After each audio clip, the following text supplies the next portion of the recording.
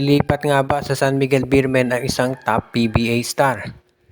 Ito raw si Alex Stockton ng Converge Fiber Xers ay baka sa San Miguel na mapunta dahil yung balitang trade para kay Joshua Monson ay baka hindi na raw matutuloy. Dahil ang TNT raw mas interesado na makuha itong si Monson at mas maganda raw yung ino-offer nila kaysa sa Converge.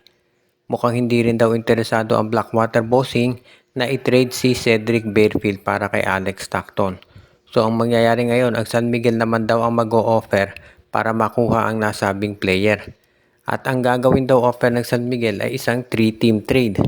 Mapupunta sa Converge Fiber Xer si Jerick Ahanmisi at sa San Miguel Beer naman itong si Alex Stockton. At ang Terra Firma Jeep naman ay merong makukuha na player mula sa San Miguel. Posibleng ibalik dyan si Wami Tiongson o kaya dalhin dyan si Jeronteng. Dahil si Jerick Ahanmisi ay mahusay na scorer, tatanggapin niya ng Fiber Xers. At itong si Alex Stockton, kapag napunta yan sa San Miguel Beer, pwede na nilang magamit yan bilang point guard o pwede rin shooting guard. Ang isa pang advantage nitong si Alex Stockton ay mahusay ito na defender.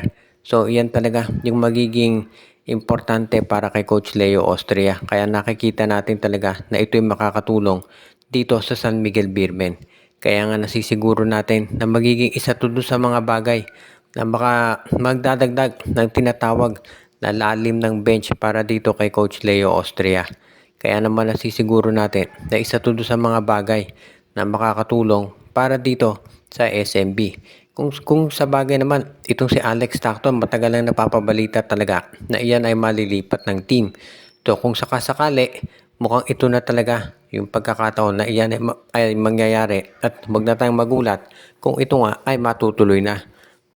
Posible raw na magkaroon ng isa pang bagong PBA team sa darating na new season. Meron kasing mga reports na lumalabas na ito raw Chooks to Go ay interesado pa rin na sumali sa PBA at bilhin either itong Terra Firma or Blackwater Bossing. Alam natin na baka magkaroon ng problema doon sa pangalan na Chooks to Go dahil kakumpetensya nito yung Magnolia Chicken Templado Sachets. Pero madali namang magpalit ng pangalan itong Magnolia dahil syempre maraming produkto ang SMC. Kaya sa tingin ko po pwede na yan. At alam naman nating lahat na itong Terra Firma Jeep ay matagal nang nag-iintay ng posibleng buyer. Kaya nga yung pagkuha dito ng Chooks to Go ay inaasahan na ng karamihan na mangyayari. Kung sa bagay, at yung pagbili sa Terra Firma ay iniintay na at inaabangan ng marami. At ito hindi naman sekreto dahil Terra Firma mismo nagsabi na for sale na yung franchise nila. So sa tingin ko yung pagpunta dyan ng Chooks to Go ay malapit nang mangyari at iniintay na lamang natin kung kailan ito matutupad at kung papasa ang Chooks to Go doon sa mahigpit na technical requirements ng PBA. Kung sa bagay, itong Chooks to Go naman kilala yan, may reputation talaga sa basketball.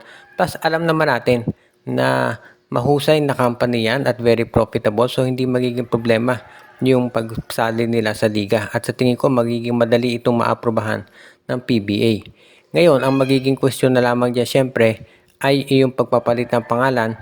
At syempre, kung Terra Firma nga ang bibili nila or itong Blackwater Bossing dahil mukhang parehong for sale ang nasabing kumpanya. So, tignan natin kung alin dyan yung bibili na Chooks to Go. Kung alin man dyan, sa tingin ko magiging maganda to para doon sa liga. Lalo na alam naman natin na nag-iintay talaga ang PBA ng mga bago na mga teams na sasali dito. Mas maganda sana syempre kung madadagdagan, pero sa ngayon mukhang ang plano ng Chooks to Go ay bilhin ang Terra Firma or kaya Blackwater Bossing. Mamaya na yung importanteng game 2 ng Barangay Ginebra at Raynor Shine Elasto Painters at mukhang may bagong approach na gagawin itong Barangay Ginebra at magre-rely na raw sila sa kanilang 3-point shooting. Natin yung history ng Barangay Ginebra na sila talaga usually ay hindi masyadong mahilig sa 3 points maski si Coach Tim Cone din namin yan. Pero ngayon, nandito na sila RJ, si Norbert Torres, of course si Brownlee, si Scotty, si Stephen Holt na mga 3-point shooters. Yan ang dahilan kung ba't biglang nagbago ng approach itong Barangay Ginebra. Kaya nga dito natin makikita na mahusay talagang mag-adjust itong si Coach Tim Cone. Pero sa ngayon mukhang ang gustong gawin ng Barangay Ginebra ay siguraduhin na mananalo sila sa Game 2. Kasi yan ang kinakailangan. Mahirap na mabaon ng 2-0 dito sa Raynor Shine Elasto Painters. Kung ikaw naman, itong rain or shine, gusto mo na masiguro din na makakaabante ka para naman hindi masayang yung kalamangan mo na game 1. Pinaghirapan nila yon. At kung matatalo sila dito sa game 2, magiging tabla lang yung serye. Kaya ito ngayon yung inaabangan ng marami na mangyayari dito. Pero kung sa bagay, itong Barangay Ginebra talaga, magiging isa yan doon sa mga teams na inaasahan natin magbibigay ng magandang laban dito sa rain or shine. At ang isa pang advantage kasi dito ng Barangay Ginebra, experience ni Coach Tim Cone. Pagdating dito sa ganitong klaseng serye, na marami silang hinaharap talaga at maraming masasabi natin na mga iniintay na mga pwedeng makalaban. Kaya nga ito experience ng Ginebra yan na makakatulong sa kanila kontra dito sa Rain or Shine Elasto Painters na matagal na rin na iniintay talaga natin na makaharap ng ganitong klaseng team. At of course, ang ROS, alam natin, gusto niya talaga makapasok sa finals. Pero syempre, sabi nga nila, dadaan niya sa butas ng karayom dahil itong Barangay Ginebra determinado na manalo dito sa Commissioner's Cup at makapasok sa finals. Ito namang TNT Tropang 5G ay isa dito sa mga teams na inaasahan na magiging interesado kay Cedric Bearfield at Christian David.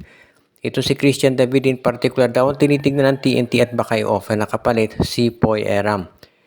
Si Christian David ay mataas ang potential bilang 6'8 player pero hindi masyadong lumalabas pa yung laro nito dito sa Blackwater. Although parang medyo nag-iba na yan nung si Pat Aquino ang humawak dito sa bossing.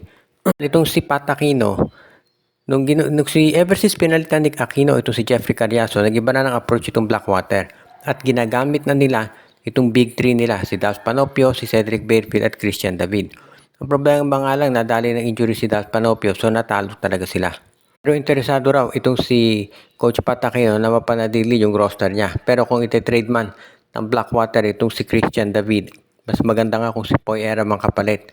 Nanggaling na sa Blackwater ito si Poy Eram, so pamilya na siya doon sa sistema ng nasabing koponan. At yan din ang dahilan kung ba't maraming naniniwala na ito yung magiging maganda para dito sa Blackwater.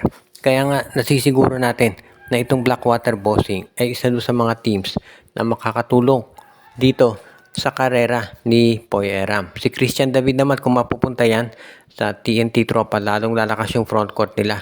Inaasahan na natin na gagawin ito ng TNT lalo na kakailanganin nila next conference. Dahil syempre may height limit yung import.